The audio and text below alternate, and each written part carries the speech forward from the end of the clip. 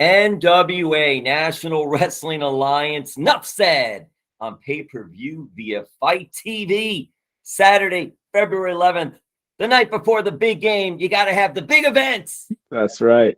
And it's in Tampa, Florida. That's right. It's in my state. This is great. So it's already sold out, by the way. So you have to go to FITE TV and order it on pay-per-view. And one of the big matchups we have for that card, it's a really great card, EC3 versus, I like this nickname. I'm going to ask him about this because I didn't know this until I saw it. The Rare Breed, Kevin Kiley. Yes, sir. Yes, sir. How are you? Tell us about this name, The Rare Breed, and how you got it, and what does it mean to you? Well, it's something that Billy Corgan, when we were discussing what I wanted to return as, how he saw me, how I saw myself, he saw it and he chose it. It was something that I was calling myself in the WWE. It's kind of a rare combination of size, speed, athletic ability, intelligence, all of those things, and all of those things that I believe I am, that I can bring to the business of wrestling, which I've always tried to bring. So it's a fitting name for me. I like it. And I Billy kind of settled on it. So I'm really grateful for the opportunity to kind of create and, collaborate with him. I think he's a genius. I've always really been into his music, and I've really respected what he's done at NWA. So I'm honored to be the rare breed and get out there and do what I can do. It's so fitting because we classify different categories, no matter who you are. We have our own takes. Professional wrestling, it's always still professional wrestling, but sports entertainment. Sure. And WWE is a big facet of what they're doing. And I've always seen you as that consummate sports entertainer who wrestles. Is that your analysis? So I've always wanted to, entertain. Right. When I started in FCW, and I started with really no experience, and that was in Tampa, Florida. And it's funny how this is all coming full circle. We'll be right down the street from FCW at the Egyptian Shrine Center, which is amazing. But I always was fascinated by the combination of sports and entertainment. When I was in FCW, Dusty Rhodes was there, and I was very close with him. And him and I created the Varsity Villain together, really, and it's an amazing feeling to be able to create a living character, something that you have to embody in your mind and your body, and your heart and your soul, to do that. And I think that's why I really respect, professional wrestling or sports entertainment, because, those guys are out there just in front of a live audience. There's nowhere to hide out there. There's cameras and there's people. Sometimes there's 2,000 people. Sometimes there's 20,000 people, and there's cameras. And it takes a really, really dedicated performer to be able to pull it off. And I always loved that challenge. Live performance art. I always thought the pro wrestlers don't get enough credit for going on their TV every week, basically no time off. And it's one take, Frank. You got to get it right the first time. That's right. There's no taping or anything, take two, movie set or anything like that. I give you guys so much credit for that. Where, in your estimation, in your training, who do you credit with helping you in that aspect of it in pro wrestling? A lot different than movies or TV. Yeah, for sure. Dr. Tom was a big part. Steve Kern, Norman Smiley, and Dusty. All those guys, John Laurinaitis, another guy that he hired me. I mean, he put a lot of faith in me. All of those guys really kind of, and I wasn't the only one that they did it for, but they really worked as a team down there to create, at that time, which was the future of the WWE. And they really all should be credited for that. It's being a sports entertainer is, it's not easy. It's like you said, it's a one take thing. I've been in some movies, and I've been on some TV shows, and it's, not saying one is better than the other, or anything like that. But you can film. You're doing a line or two 100 times, maybe, if need be, or 50 times, or however it is. And when you're out there as a sports entertainer, you got one shot. maybe two. And if you're in the ring, you got one, one, and that's it. And you're judged, and your life is on the line. Your financial career is on the line. That, they call it professional for a reason. Like, where everybody out there is working for, the ability to provide for themselves and the ability to provide for their family under an enormous amount of pressure, and an enormous amount of pressure weekly. Yes, sir. Absolutely. He mentioned the word professional, and that's one thing we can all say about this man, because he is a consummate professional in everything he does. And when you look back at it, so many things you've already accomplished and done in your time. You've done so much. It's not easy in any big time pro wrestling company, but looking back at it, what have you learned about yourself?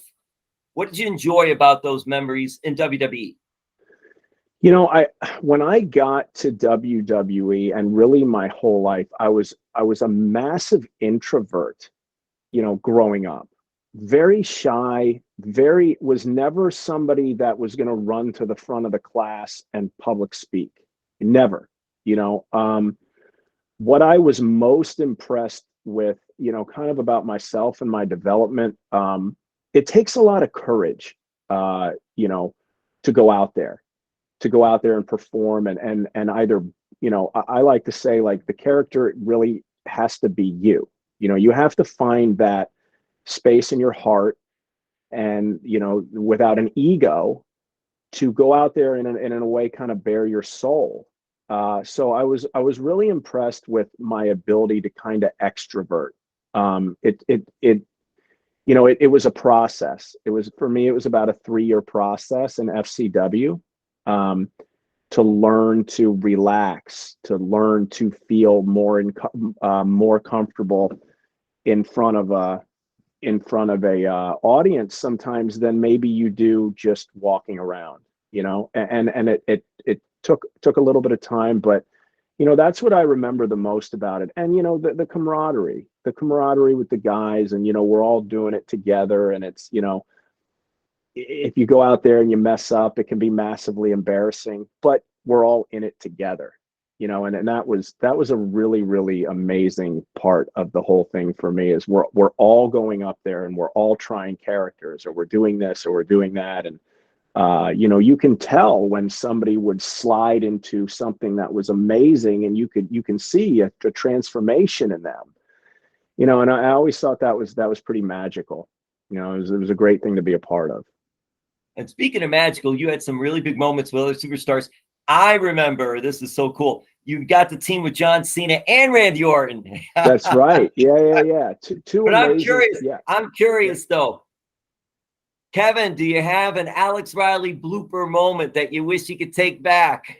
Oh my gosh. I said, I made a joke that didn't go over on Raw, I believe, one time. Tons of them. Yeah. Of course, that was one I can remember. Goodness gracious. Yeah. That was one that sticks out the most, is, you think something's going to connect, and it doesn't, and you're out there on live TV in front of all those people. I've slipped and fell. I've been in the wrong place. I've, all of that stuff. But it's something, the thing that I've learned to, I used to take that stuff. I used to never be able to let it go, carry it with me. And now you kind of you learn to get rid of mistakes. Yeah, because we all make them, no matter what we do. It happens. Yeah. That's part of it. The impromptu sessions, and at FCW, because you mentioned all those great coaches there. And just, hey, you never know what's going to happen. They'll just put you in the ring, and they'll say, here you go. Here's a bar of soap. But it's not a bar of soap. I want you to sell it. I want you to talk about it. Because they want you to it's so much impromptu. And I'm on improvisation. Did you end up either your time during WWE or then after? Because as you mentioned, did acting. Sure. Did you take acting classes? I absolutely did. Yeah. I studied with a guy in Hollywood at Kirsch Studios. It's getting up in front of people and like you said, trying to activate your creative mind, and slip out of your reactive mind, right? Which are both very different. You know, one is, you know, and it's an existential space where you're creating things out of thin air. You're holding an apple and you know, you're trying to tell a story with that, or, you know, and take it in 1,000 different directions and make it entertaining. So yeah, I did a lot of that. When I went out to Hollywood, I took some acting classes, and, you know, I always just enjoyed it. It was something that I really, really just enjoyed. And I think too, like, few people get the opportunity to do that. So I was always really grateful for those opportunities, even though I was massively nervous at times, right? You know, you do get nervous, but I was always kind of grateful for that energy, because I felt like I was being given an opportunity that's, you know, that some people just don't get. And I always try to stay humble in that. I think Dusty too, a couple of times, some things that he had said, I always remembered. One, if you don't want to be world champion, what are you doing this for? And Right. the other thing was, if you don't have the butterflies, then it may be time. That might be it then after that. Even, and he's did it for a long time. Others have done it for a long time.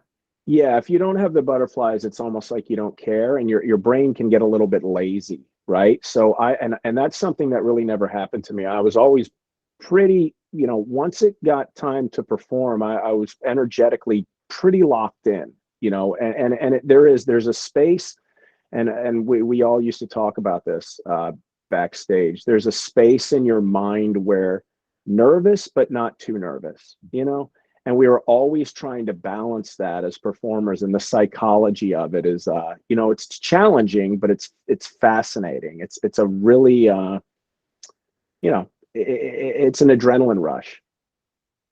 Such a unique art form which combines so many elements: athleticism, stuntmen, stunt women, acting, comedy, drama. Right. There's so much, the timing. Yeah. Knowing where the cameras are, the footwork, just so many different elements. You played football. You were a football player, and you played Division I football for Boston College. Yes, sir. Yeah. And in listening to you and telling me that you were an introvert, I'm so curious now, because obviously your father, the famous broadcaster, always out there. I mean, he was delivering. He was delivering his insight on games. I'm a junior. Yeah. Yes, you're a junior. And but to me, why I bring that up is that your father was such an extrovert. You're playing quarterback, right, which is a position of leadership. But I'm also thinking you have to present yourself. You have to be vocal in some way. Or were you not too vocal as a quarterback, and you more let your actions speak louder than your words? You know, I was vocal. You know, I was a leader, but there really was a difference between, you know, sports, which I excelled at, which I was, you know, I was very grateful for that too, to have that gift, but then also being an entertainer with a microphone in your hand and being a character. You know, those are two completely different things. And, you know, in that space, you know, my teammates were always my teammates. But in a space where, you know, sometimes you're pitted against a guy character on character, and, you know, at that point, I mean, we're all on the same team, but we're also in a verbal discussion where it's character on character, and there needs to be a space where, you know, there's respect shown, but you're also, it's very real, can become very real. So that was something else that, you know, we all had to balance, you know, like, what I'm going to say, that, you know, all of that, you know, I'm going to blah, blah, blah, you know, and things like that, because, you know, that was the point. We were all on the same team, but we were all kind of competing for one title, which was, again, that was another thing that we all had to just kind of balance. And that's so true, because when you are playing team sport like that, like football, you're all going for the NCAA championship. You're all going for the Big East title, whatever conference you're in. Right. But when you're in a company, WWE or wherever, NWA, you're all on the same team trying to make a great show. But still, you want to be the top guy. You want to be the top person, the champion. Yep. So there is a different element to it. I do understand that. And now, you know, some of those people are your friends. You know, you grew up with, but then when it comes down to, okay, when the camera's on, you know, they're your friends, but at that point you're in a competition with them. So there's always that, you know, that's another thing about sports entertainment or professional wrestling, where, you know, there's all of that stuff, all of those emotions play into it, you know. Well, speaking of emotion, NWA Nuff Said on pay-per-view on FITE TV on Saturday, February 11th. It's going to be from Tampa, Florida, right here, the Sunshine State. That's as right. Gordon Soley would say, the great Gordon Soley. That's how far back I go, so don't worry. Nice. Yeah, Don't worry, Kevin. No Don Giardino Tier 2, by Right. the way. I always let everybody know that. And Right. so, Kevin, this big matchup, I'm going to start here with this, and then you correct me if I'm wrong. I'm blaming EC3 is the reason why you did not win the NXT Tag Team Title Tournament. I'm blaming him for all that. And this is grudge. This is revenge. Yeah, no, I mean, you can take it back that far. I think the curious part about EC3 and myself is I've really watched, you know, what I really respect him and his work.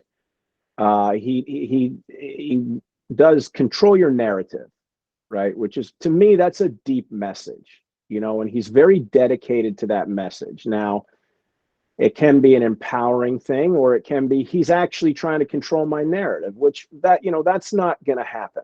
You know, my narrative is, at this point, is driven by God, you know, that, so, and myself. So, but we're out there, and I love what he's doing.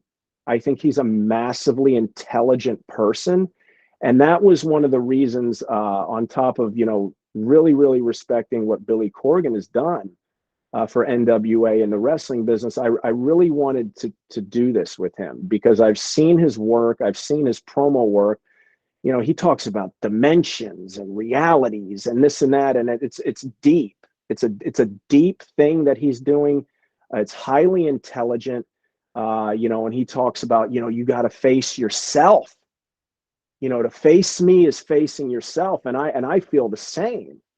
You know, I feel maybe we were on the same narrative. Who knows? You know, I when I got really close to what he was doing, I had a lot of respect for it. I got a lot of respect for his message. And I wanted to see, you know, how my message lines up with his message. So there are so many great matches on that card. And obviously you have the champions, NWA champ Tyrus, and also you have the women's champ Camille on the show. And also NWA will be doing 2 days of tapings, right, on Sunday and also on Monday, but they're going to be inside the TV studios to give it that feel. It's such a different vibe, a different feel with the NWA, whether it's in Atlanta, whether it's now going to be in Tampa for a few days after the pay-per-view.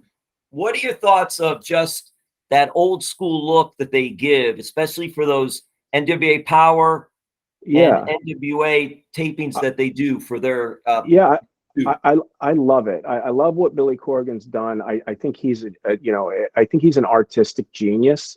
You know, I think he allows the guys to kind of just create and be themselves, and I love it. You know, I love the way it looks. I love the way it presents itself. You know, so I'm excited. I'm excited to get in there. I don't know what they're going to have me doing past the pay-per-view. What I'm honestly doing is just really focusing on that match. It's all I'm focusing on. It's going to be my first singles match in almost 6.5 years. I mean, that's crazy to think about. You know, like 6.5 or 7 years, I haven't had a singles match. So I'm really trying to stay grounded. I'm going to focus on EC3. I'm going to focus on, you know, the time that we're out there. And you know, it's a pay-per-view, and so it's going to be the first time I'm returning, you know, to a television match on pay-per-view. So I really want it to, you know, I want to show my best. I want it to go really, really well, and I'm excited for it. And it's all happening in Tampa, which is where I learned the business in Tampa, and I had some of the greatest times of my life in Tampa, Florida, and I'm excited to return to that energy. Before NXT, WWE was in Tampa with Florida Championship Wrestling. That's that right. was the developmental training area. And that was a little more old school too. It wasn't the glitz and glamour like you see at the Performance Center in Orlando today, across I-4. You're on the other side of I-4 when you were there. And you mentioned the names before in the training there, and so much talent, came through there. And I'm just curious because I did mention John Cena and Randy Orton, and you teaming with them in WWE. You worked with Miz extensively.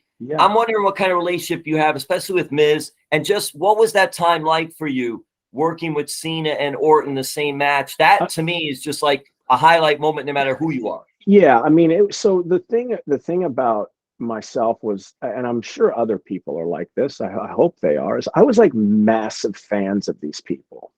You know, when I got into the business, I was watching it on TV like religiously.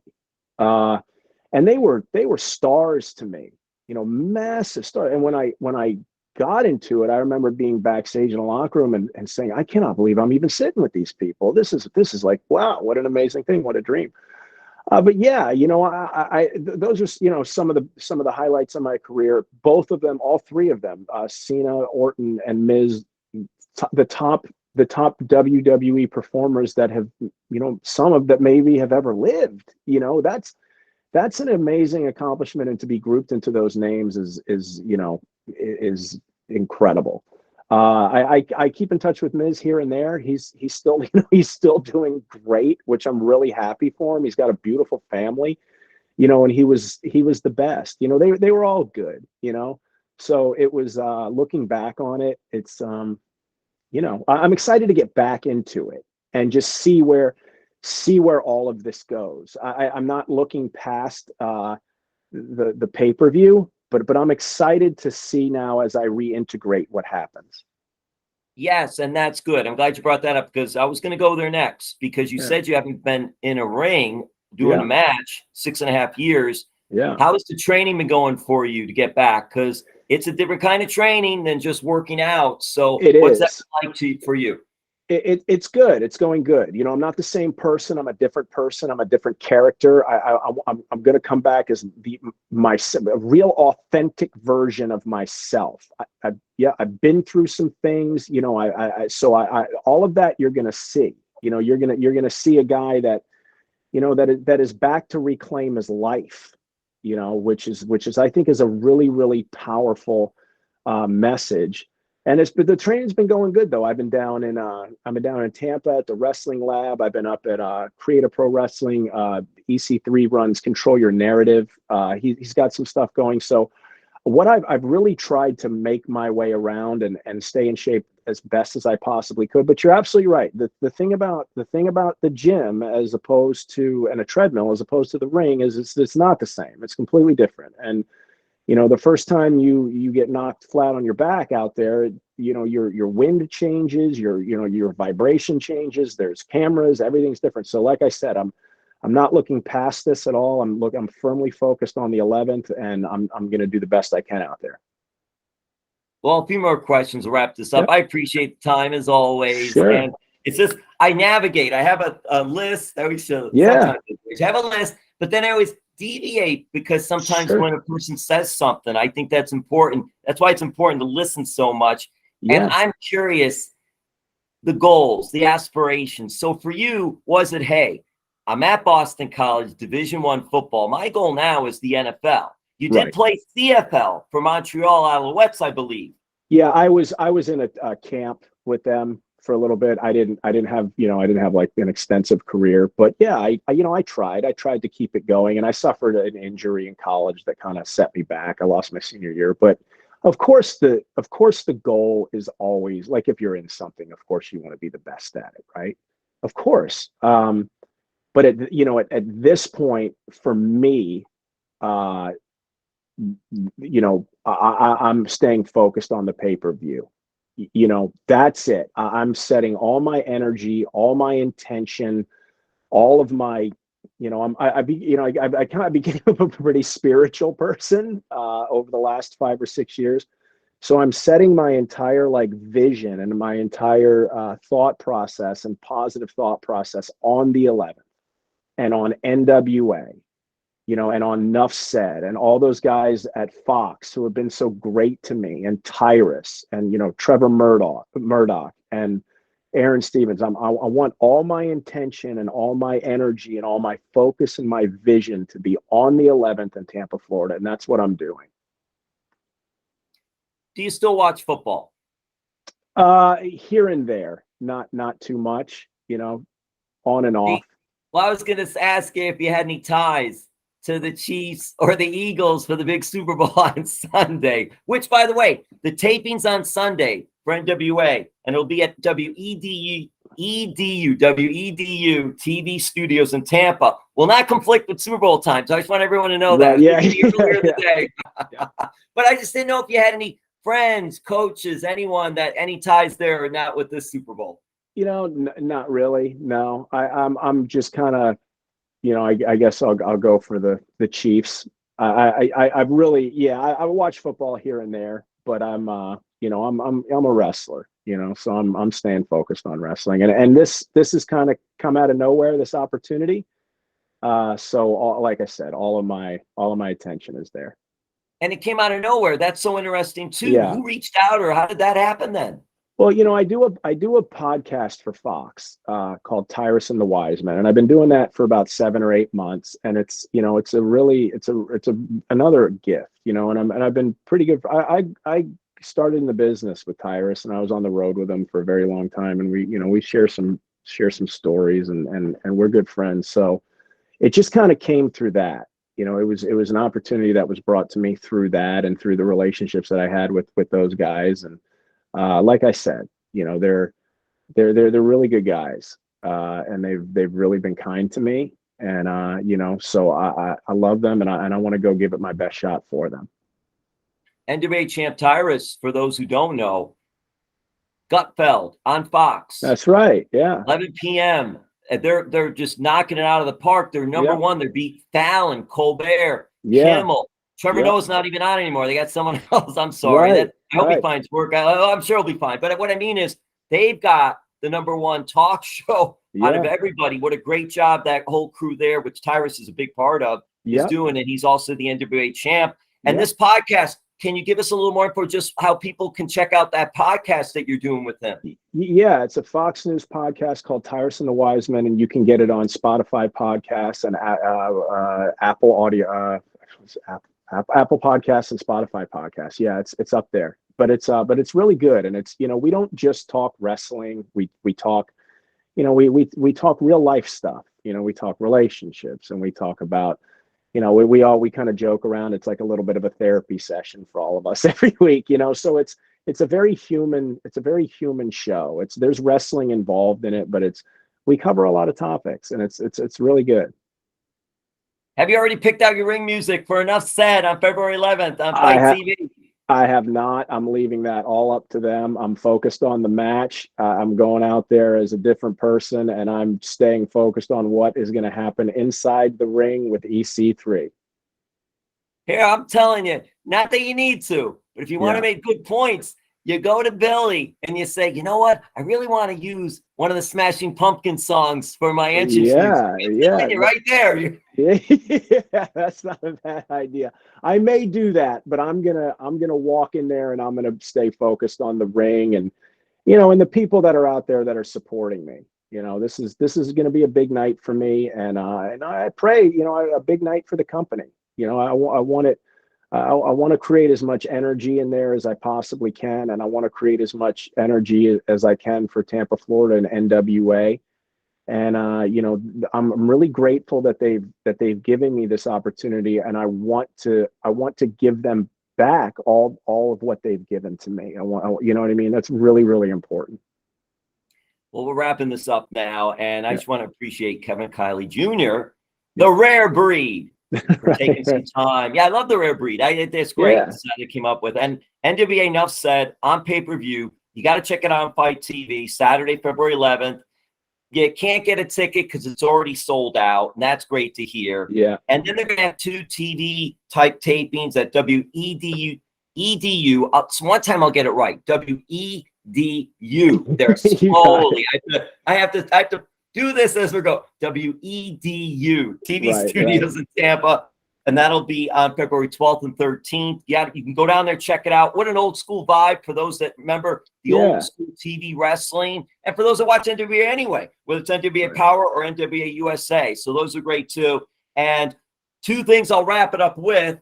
You were a former FCW champion. Is this correct? Yes, I was. Yeah, that's the title I held. Yeah. Based in Tampa. You're coming back to Tampa for NWA Nuff Said. You're a former FCW champion, WWE superstar. And I think one of the top things when I go through all the credentials, which I don't have time to go through them all for you, I think one of the top things that stands out for me, Steel Horse. That's on right. Glow. Yeah, You were Steel Horse, and you beat out Chris Jericho and your buddy The Miz for the part. That is awesome. I did, yeah. I try to stay humble in that space, but I did do that. Yep, from outside. Yeah, yeah. Which was interesting to me. I had just gotten let go from the WWE, and then I ended up there. So I was just like, okay. It was kind of nice. It was kind of a nice. Okay, well, I guess I was pretty good, or So, but yeah, it was interesting. Yep, that's the truth.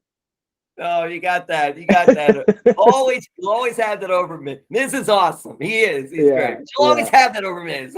Yeah, thank you. Yeah, yeah, and Jericho. Remember that Miz can get 20 more roles. You maybe could get 1 or 2. He'll get 20. He'll always, though, remember that and bring that up. Right. Exactly. Yeah.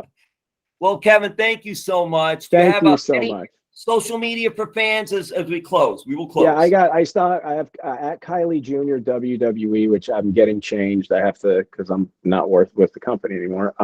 But yeah, that's where you can find me. And I really just appreciate everybody that has kind of stuck by me. Appreciate the people that through COVID and all that stuff that kind of hung in there, and we made it through that. And that was a tough space to understand, I think, for everybody, and certainly myself. So now that I believe everything is kind of getting reset, I'm gonna step back into the world, and I'm really grateful to God, and I'm really grateful to all the people that have stuck by me.